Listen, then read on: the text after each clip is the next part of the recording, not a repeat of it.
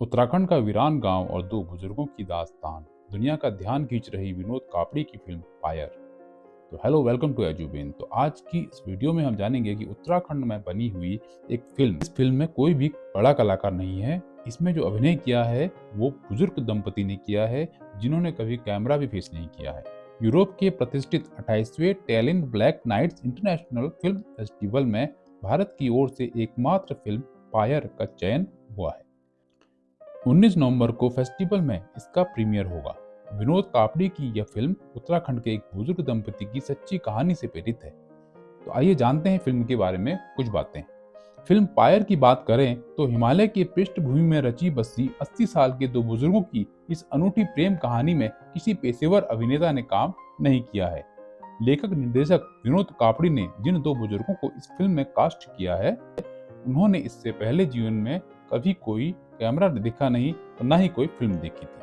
फिलहाल 19 नवंबर को यूरोप के प्रतिष्ठित 28वें talent black knights international film festival में इसका वर्ल्ड प्रीमियम होगा। इस फेस्टिवल में यह अकेली भारतीय फिल्म चुनी गई है। एक वीरान गांव और मौत का इंतजार कर रहे दो बुजुर्ग। लंबे समय तक मीडिया में रहे विनोद कापड़ी ने इससे बहुत अलग अलग विषयों पर फिल्में बनाई हैं।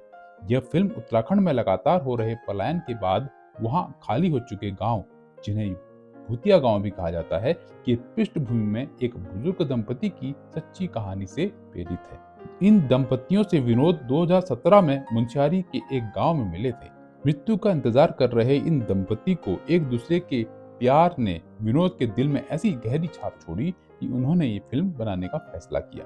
तो हम जानते हैं कि फिल्म पायर कहानी का आइडिया कहां से आया, पायर का विचार किस तरह आया। इसकी भी एक दिलचस्प कहानी है।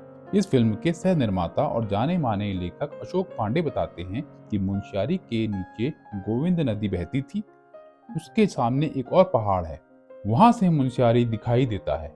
वहां कोविड से 2-3 साल पहले तक कोई रोड नहीं थी, यानी दूसरी तरफ का हिस्सा बदलती हुई दुनिया से बिल्कुल अछूता था। भले ही वो नदी के उस पार बदलती हुई दुनिया को देख रहे हों। जब रोड खुली तो अशोक यूं ही घूमते फिरते मुंशियारी से उस तरफ गए। वहां उनको अचानक एक बहुत बूढ़ा व्यक्ति मिला। वो पूरे जीवन कभी मुंशियारी नहीं गया था। इसी समय में जीते हुए भी उसे इस संसार की कोई खबर नहीं थी।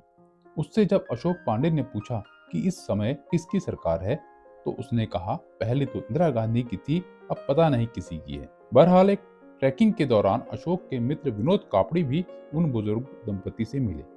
इतने प्रभावित हुए कि उन्होंने उनके जीवन पर फिल्म बनाने का निश्चय कर लिया। विनोद ने पहले इस फिल्म के लिए नसरुद्दीन शाह और रत्ना पाठक शाह का चयन किया था। दोनों अभिनेता तैयार हो गए थे, मगर नसरुद्दीन शाह को संशय था कि इस कहानी में भौगोलिक परिवेश का बहुत महत्व है। हिमालय की कहानी में उन दोनों के होने से फिल्म की प्रामाणिकता पर असर पड़ सकता है। विनोद को यह बात ठीक लगी और उन्होंने फिर नए सिरे से फिल्म की कास्ट पर काम किया। हिमालय में दूर दराज के 2 दर्जन से ज्यादा गांवों में 3 महीने तक भटकने के बाद विनोद को अपनी फिल्म के अभिनेता पदम सिंह और तुलसी देवी मिल गई।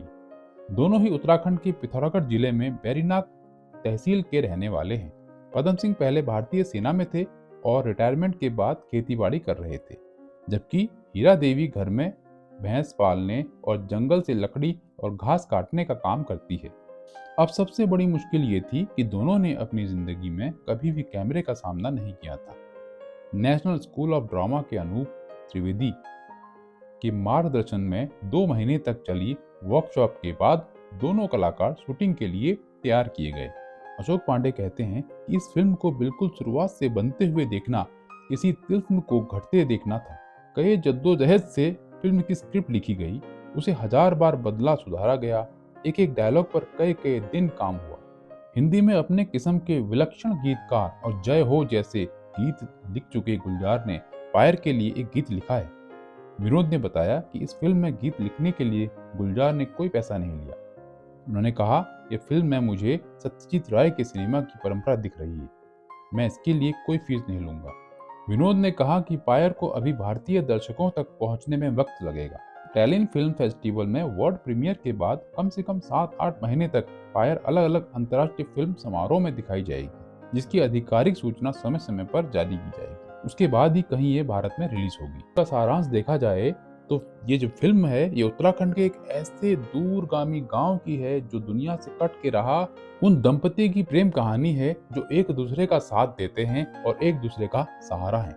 तो अगर आपको ये जानकारी अच्छी लगती है तो वीडियो को लाइक, शेयर और सब्सक्राइब ज़रूर कीजिएगा। फिर मिलते हैं नई जानकारी के साथ, तब तक के लिए good bye, have a nice day.